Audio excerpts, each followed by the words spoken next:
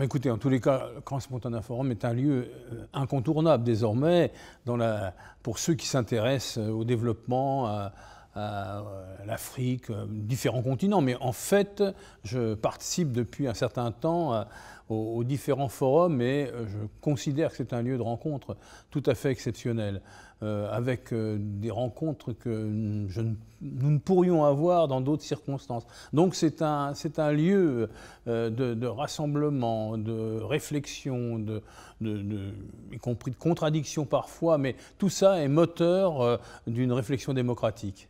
D'abord, je parle de la France, naturellement, et de l'Europe.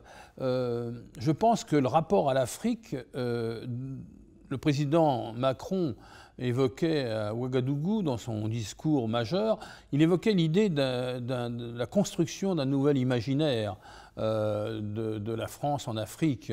Et c'est bien nécessaire, à mon avis. Ce nouvel imaginaire, il ne peut pas être exclusivement tourné vers des questions essentielles, des questions militaires, des questions marchandes. Je crois que ces données-là sont largement problématiques pour beaucoup au niveau des mentalités. Donc je pense, moi, que l'axe majeur par lequel doit pénétrer le développement en Afrique aujourd'hui et de façon absolument d'égal à égal, il y a 3 domaines en fait. Il y a la santé, il y a l'égalité homme-femme et il y a l'éducation. Et je pense que la santé est un des vecteurs essentiels. Donc c'est pour cela que je suis intéressé à cette question. Oui, l'angle nouveau par lequel doit pénétrer des constructions communes en Afrique, c'est la santé publique et c'est une question de santé mondiale. Voilà, chacun sait naturellement que je suis un homme politique français qui aujourd'hui n'est plus dans la politique active, mais délibérément. Je pense qu'à un moment donné, il faut savoir passer la main.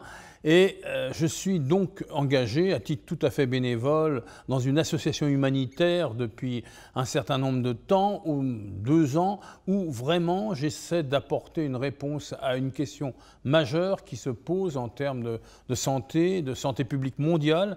Il s'agit d'une maladie qui, malheureusement, en Occident est peu connue, ou délibérément peu connue peut-être. Il s'agit d'une maladie génétique qui est la plus importante au monde, la drépanocytose. Cette maladie est gravissime.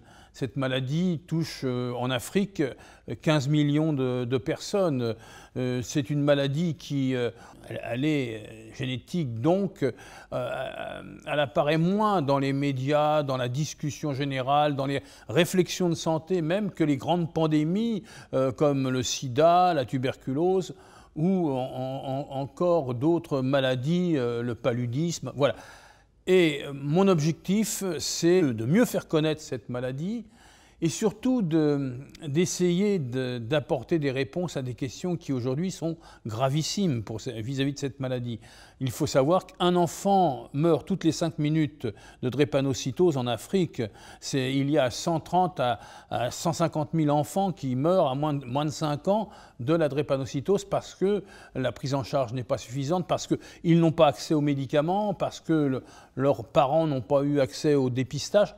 Donc je vais créer dans les prochaines années, en tous les cas dans les prochains mois, le projet se met en place au Sénégal, un centre de formation des médecins à la drépanocytose. C'est-à-dire qu'il sera ouvert aux médecins africains, généralistes, mais pour les spécialiser dans la drépanocytose.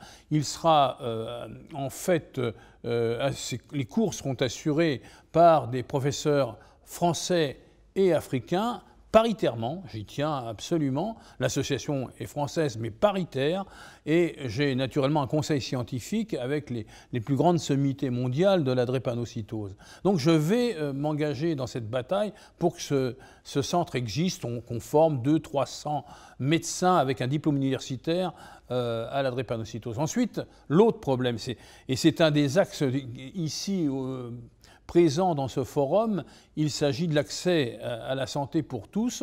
C'est le forum auquel je serai extrêmement attentif et présent dimanche. Eh bien, le problème, c'est qu'avec une maladie génétique, on n'apporte pas la réponse définitive, parce qu'on ne sait pas soigner jusqu'au bout, sauf à quelques exceptions, cette maladie, la drépanocytose.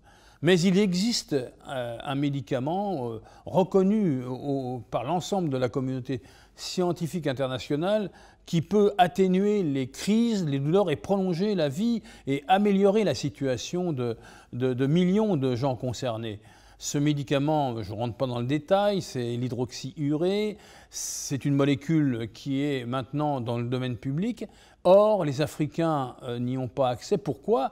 Tout simplement parce que pour le moment, elle n'est pas produite vis-à-vis des Africains. Certains diraient, vous pensez, vous voyez bien mon opinion, c'est que c'est quelque chose qui ne rapporte pas assez. Les gens concernés par la drépanocytose sont les plus pauvres, donc ils ne peuvent pas payer ce médicament. Donc mon objectif, c'est de rendre accessible ce médicament à la majorité des gens concernés.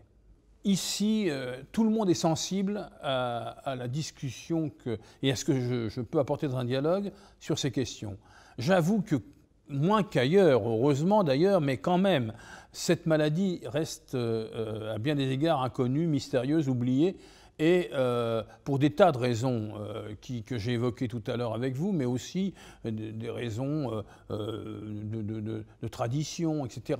Or, je crois vraiment qu'aujourd'hui, il y a à apporter dans ce domaine des choses. Et je rencontre des gens, effectivement, ici, où je fais découvrir la maladie, très peu, ils la connaissent, même si on n'en parle pas. Le deuxième aspect, c'est les structures que je veux mettre en place, désintéresser. Bon, moi, je suis connu dans la vie politique européenne, ici en Afrique, où j'ai eu beaucoup de missions, notamment en Afrique du Sud, mais là de caractère officiel.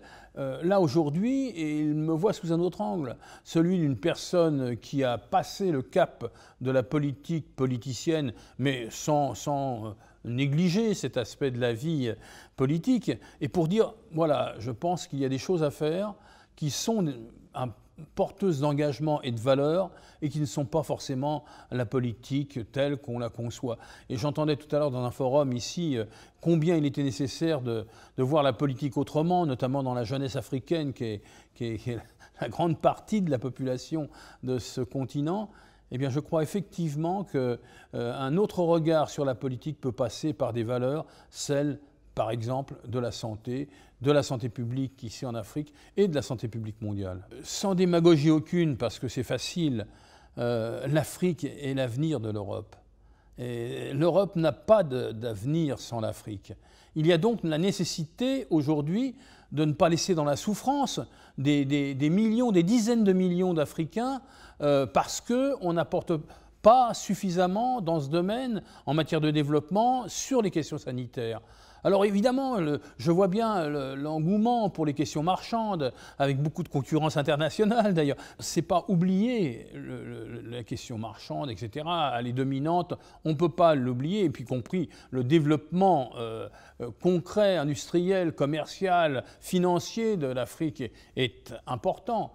Mais je crois que le chemin le plus efficace aujourd'hui pour les Européens, pour la France, d'approcher les questions majeures de l'Afrique au plan marchand et dans d'autres domaines, passe par d'abord l'humain, la réponse humaine. Et au plan de l'éthique, il est essentiel d'apporter un message qui soit celui de la santé publique, de la santé des gens. Vous savez, l'Afrique sera le premier continent en 2050. Il y a des choses qui ont été faites en Afrique déjà. Hein. J'arrive pas là comme ça. Mais ce n'est pas au niveau. Ce n'est pas au niveau et pensons à l'intérêt de ces millions d'Africains concernés aujourd'hui. Et il ne s'agit pas de porter là un regard dominateur. Il faut être d'une grande humilité.